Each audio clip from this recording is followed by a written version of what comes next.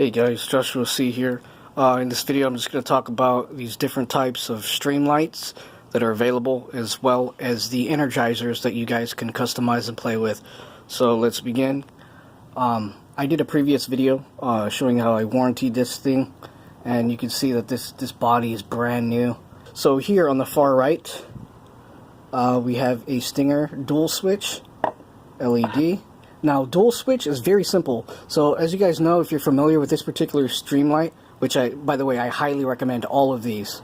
All my boys at the shop, they have like multiple of them. Like these are the go-to pocket, or not pocket flashlight, but you know, semi-handy flashlight. Okay, but enough on that. So, of course, you're gonna have your standard push button near the front, and you're also gonna have an end cap. With a dual switch, the end cap on the end cap serves as a button as well, so that's very handy. So when you're handing it like this, you just bop bop and handle your business, right? Another thing, so you could have an end cap variation as well as an LED variation. So most of them that you're going to see on the truck now are going to be at a bare minimum of C4. They did have earlier versions that were not a C4 LED, but I'm not going to talk about those because I don't have those in front of me.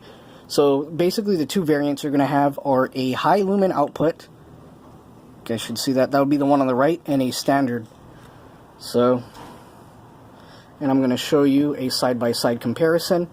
So a high lumen, just visually you could tell, has the multiple rings, and this is all metallic, while the standard one has kind of like a weird, I don't know, kind of like a rubber overmold. And if you guys could see, it's literally the same material that's on the handle, and you could see the difference in the diameter of the actual LED. So you guys could see that the patch on the right, the actual the diode on the right is of literally a significant size larger. So I guess you can see that, and I would say the ultimate intensity wouldn't be, it's maybe 20% brighter, but the actual amount, the volume of light that it throws out, the actual cast, is significant. So it's literally brighter at every single point, and the radius, I would say, is increased by 20% as well.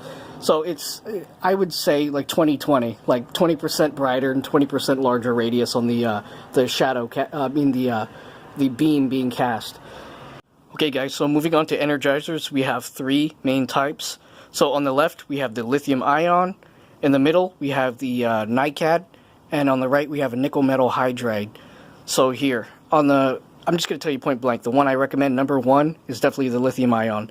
The weight, I mean, it's crazy, the amount of weight. It feels like nothing. The NiCad, so it's identified by the black one, it's very, very heavy.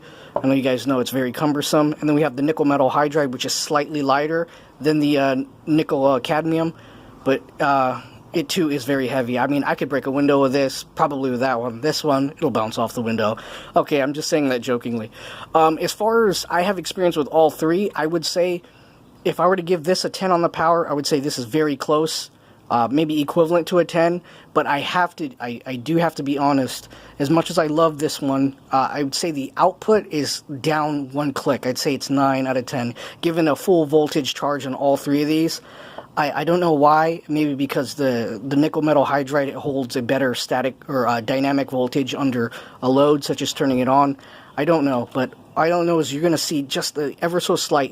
It's negligible in all honesty, but it's barely noticeable deduction in overall power. But as far as the recharge cycle, is going to be way better. As you guys know, after these get like maybe 4, 5, 6 months into them, they start becoming energy hogs, man. They want to recharge all the time, and they discharge super quickly.